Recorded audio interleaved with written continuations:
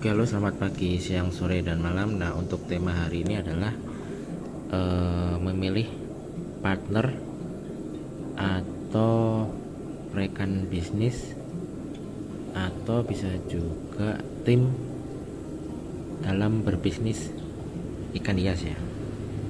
Nah, perlu diketahui bahwa ikan hias itu adalah kebutuhan tersier ya, artinya kebutuhan yang tidak terlalu penting. Intinya, orang tidak pelihara ikan hias pun dia tidak akan mati. Beda dengan kebutuhan pokok seperti makanan dan sebagainya, minuman, rumah dan pakaian. Kalau tidak ada itu, orang bisa sakit atau bisa mati. Misalnya kalau tidak makan bisa sakit, tidak punya rumah nanti kehujanan bisa sakit juga terus meninggal, terus tidak punya baju juga bisa kedinginan atau kepanasan, nah bisa sakit. Nah, kebutuhan tersier itu artinya dia itu tidak terlalu penting ya, jadi ini hanya untuk hobi atau untuk membahagiakan diri sendiri ketika kebutuhan yang lain sudah terpenuhi. Ketika kebutuhan pangan, sandang, dan papan itu sudah terpenuhi, nah orang pasti akan mencari kebutuhan lain. Uangnya sisa kan, nah kebutuhan lain itu adalah kebutuhan yang menyenangkan dirinya, yaitu dengan hobi. Salah satunya adalah pelihara ikan. Nah, karena ikan ini adalah kebutuhan tersier, oleh karena itu saat kita memilih rekan bisnis atau tim pada saat membuka toko ikan hias, sebaiknya yang pertama itu mempunyai hobi yang sama, jadi sama-sama menyukai ikan hias. Jangan hanya orientasinya itu ke uang ya, jadi orang yang kita ajak kerjasama itu dia itu hanya orientasinya uang, tapi harusnya itu sama-sama menyukai dunia air ya, dunia ikan. Nah, alasannya nanti si orang tersebut pasti tidak akan mengetahui seluk-beluk ikan, jadi hanya ikan itu hanya dianggap sebagai sumber penghasilan, padahal ikan ini untuk awal-awal itu dia tidak bisa kita jadikan untuk sumber penghasilan utama untuk awal-awal ya. Jadi biasanya itu hanya sebagai sampingan saja. Nanti kalau sudah misalnya naik level, sudah modalnya banyak, nah mungkin baru bisa untuk dijadikan bisnis utama. Tetapi kalau untuk yang awal-awal itu sangat tidak bisa, bisanya hanya sampingan. Nah, oleh karena itu carilah rekan bisnis yang menyukai ikan juga. Jangan hanya nanti dia itu menganggap ikan itu hanya sumber untuk penghidupannya, karena itu kemungkinan akan gagal ya, karena di awal-awal itu pasti kita akan tekor, bukan akan untung untuk di awal-awal, karena biasanya kan banyak sekali modal yang harus dikeluarkan, dan itu kita juga pasti akan banyak kegagalan. Misalnya ikan mati, misalnya kalau yang mau budidaya ikannya tidak beranak, kemudian harga ikan kan fluktuatif, naik turun ya, fluktuatif. Jadi misalnya di tahun ini harganya naik, di tahun depan harganya turun, tahun depan lagi harganya naik lagi, jadi tidak bisa ditebak. Seperti waktu tren ikan cupang itu kan orang-orang banyak yang berbisnis.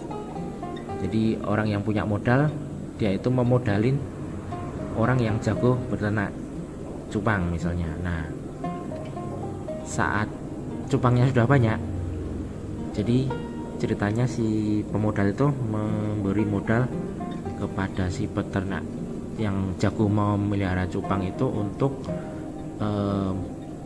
berternak cupang ya.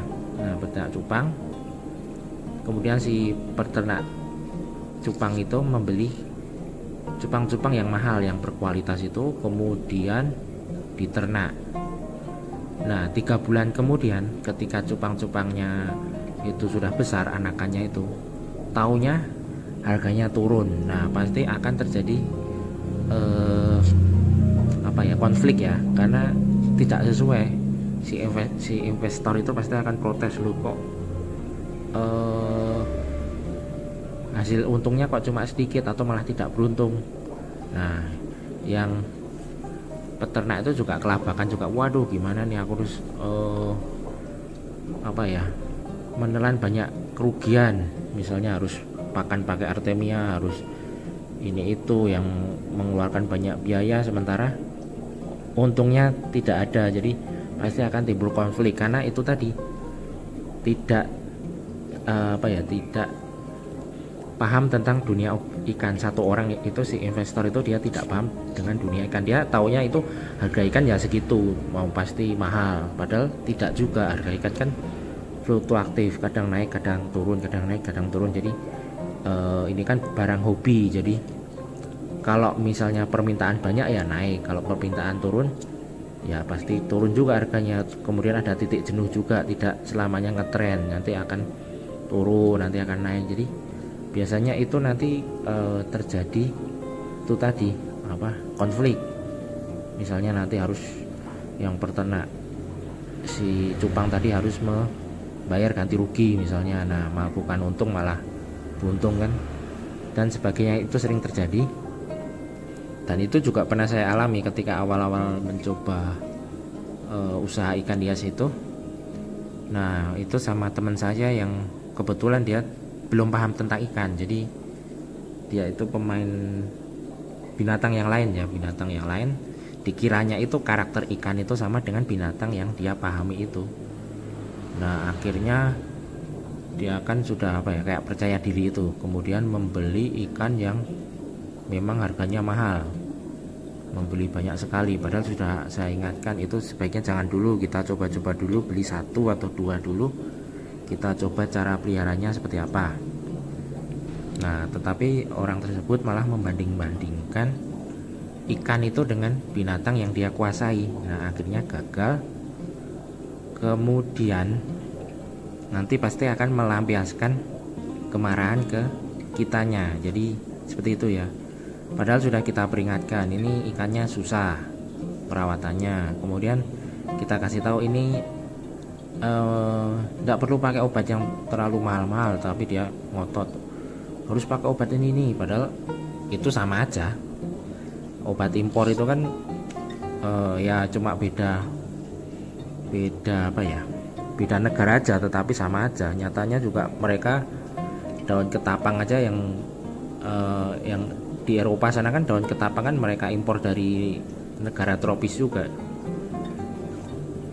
Jadi sebenarnya obat-obatan di daerah tropis ini sudah canggih, lebih canggih dari yang di Eropa. Jadi ngapain juga obat-obat mahal itu nanti akan ya rugi juga, tidak cocok untuk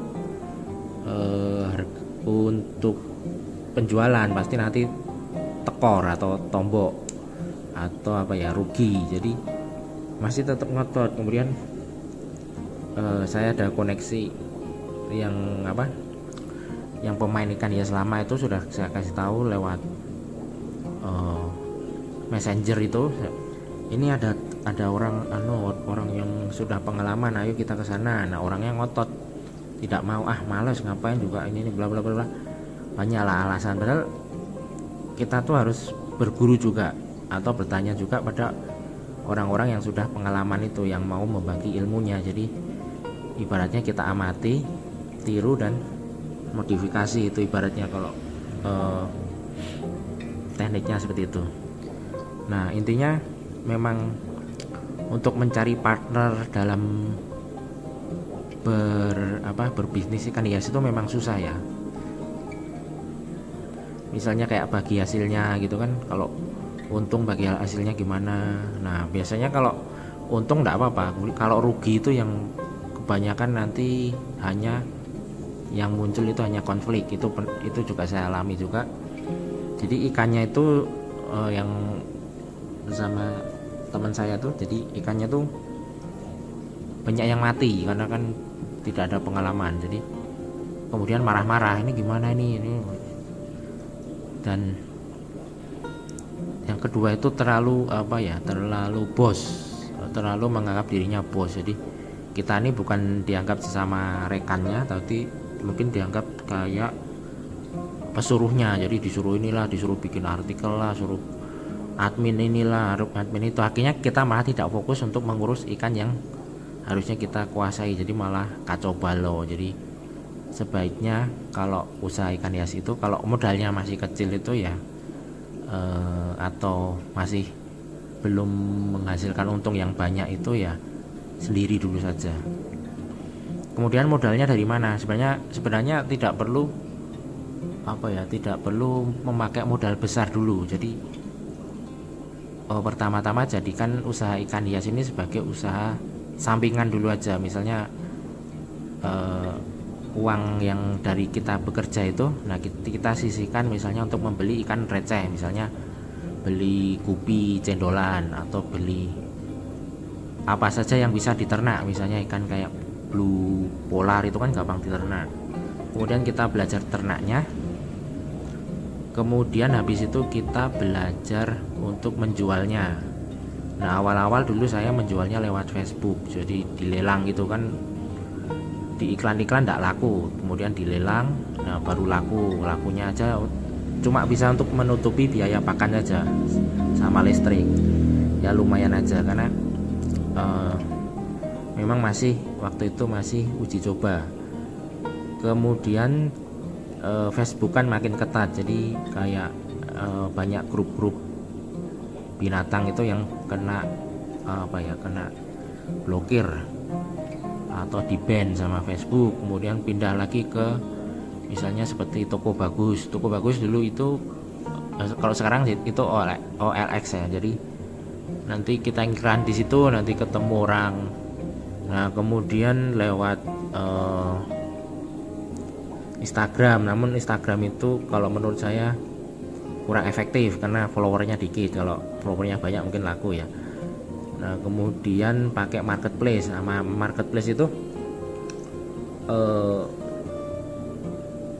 yang saya coba itu pertama-tama yaitu tadi ada OLX, Bukalapak, Shopee dan Tokopedia. Namun yang menurut saya yang mulai ada pergerakan itu ya lewat Shopee. Yang dijual tuh itu pun hanya ikan dan sesuatu yang binatang yang hasil ternak ya, misalnya seperti udang hias. Menurut saya setelah ngiklan itu 3 bulan itu baru mulai ada yang beli. Jadi misalnya saya cek dulu udang, misalnya udang. Nah udang itu kalau ditemukan mulai ada yang beli, misalnya udangnya itu udang Neo Caradina itu ada yang beli. Itu pun waktu itu harganya terpaksa harus murah ya, maksudnya dijual hanya untuk menutupi biaya pakan saja. Nah ini misalnya udang ini dulu jual ini, nah laku, harganya cuma murah kan 750. Kemudian udang red cherry itu paling dulu dijual 500. Nanti kalau sudah mulai banyak yang beli, nanti tinggal kita naikkan saja. Ini kan semacam harga perkenalan saja. Kemudian kayak jual ikan live beer itu juga gupi. Nah ini seperti ini gupi. Kemudian ada moli dan sebagainya. Intinya ikan-ikan yang mudah diternak, pelati dan sebagainya. Nah itu kita coba jual di marketplace saja. Untuk awal-awal bisa kita pakai harga yang murah, tapi kalau sudah mulai banyak yang beli, nah bisa kita naikkan harganya. Jadi seperti itu. Jadi biarpun kita tidak punya modal yang banyak ya, memang untuk usaha itu harus ada modal, tapi kan modal kan ada yang banyak ada yang sedikit. Nah ketika kita tidak punya modal yang banyak, nah kita bisa membeli yang receh-receh dulu. Itu saja dulu waktu itu saya memakai uang hasil kerja, jadi disisihkan untuk beli kupi. Nah kupinya kemudian beranak pinak, nah dicoba untuk dijual. Kemudian pelati, kemudian Mas Koki juga pernah juga mencoba itu, namun karena tempatnya kurang besar jadi agak susah. Kalau ikan-ikan besar ini biasanya harus butuh tempat yang luas. Jadi itu sarannya. Jadi bagaimana cara memilih rekan bisnis yang baik dan benar? Kalau menurut saya itu adalah harus sama-sama menyukai ikan sebagai hobi ya, bukan sebagai ladang uang. Nah kemudian nanti sama-sama bisa diajak kerjasama, jadi bukan saling yang satu bos, yang satu disuruh-suruh, itu jangan seperti itu, tapi sama-sama bekerja sama-sama. Jadi susah senang ditanggung bersama. Jangan pas senang itu ditanggung sendiri, sementara kalau pas lagi susah itu cuma marah-marah nyalain orang. Jadi seperti itu. Nah kemudian kalau tidak menemukan rekan bisnis yang seperti itu, sebaiknya Anda usaha sendiri aja. Nah bagaimana caranya? Itu tadi dengan modal yang kecil aja. Misalnya cari ikan di selokan, itu kan nanti nemu ikan apa, misalnya ikan betok, kemudian ikan selokan itu cere. Nah itu kan bisa juga untuk ikan pakan kan, ikan pakan predator. Nah itu bisa dijual juga. Kemudian nanti nemu cacing itu juga bisa dijual untuk makanan ikan. Kemudian siapa tahu nemu ikan gabus, cana limbata misalnya. Nah itu kan lumayan. Jadi biarpun tidak punya modal uang, bisa juga modal tenaga. Tapi kalau ada yang bilang tidak perlu modal, itu ya omong kosong, karena pasti dalam memulai suatu bisnis itu pasti mengeluarkan modal, entah itu dalam bentuk uang, tenaga, ataupun waktu ya. Jadi kalau ada yang bilang modal 0 rupiah atau tanpa modal, itu menurut saya itu mustahil, karena dalam usaha itu pasti ada